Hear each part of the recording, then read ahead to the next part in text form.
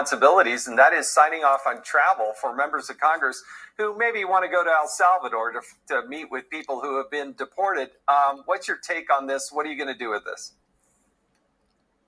Well, I had two members of the House Oversight Committee, Garcia from California and Frost from Florida, and they sat there silent during the entire Biden investigation, during the entire investigation of Border Patrol and Mayorkas that we had in the Oversight Committee. If anything, they were obstructive. They weren't concerned. They showed no concern for the lack of our national security or the violation of our southern border security laws. But then this one person that the liberal media picked up on that was deported to El Salvador, they went crazy before it came out that he was actually an MS-13 gang member, and they wanted me to authorize funding at my committee's expense to send them down to El Salvador and meet with this person for a photo op and to have margaritas and enjoy the sunny weather.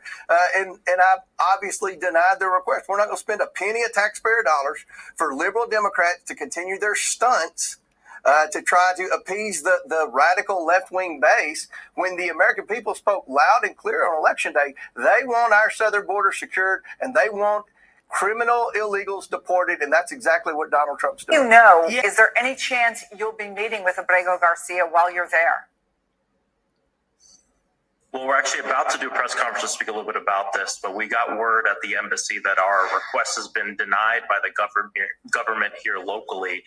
They say it's because we're not here on an official capacity. This is part of the reason why Representative Robert Garcia and I sent a letter to Chairman Comer of the Oversight Committee asking for this to be an official CODEL. But we're not giving up. We're going to continue. We have more meetings scheduled for the rest of the day. But part of this, too, is making sure that we keep the conversation alive. We're building off of the trip of Senator Van Hollen, and we're not the first members here, and we're not going to be the last. The Supreme Court decision has come down to say you need to facilitate the return of this man back to the United States so he can go through due process, and the administration is saying, no, we're not going to do it.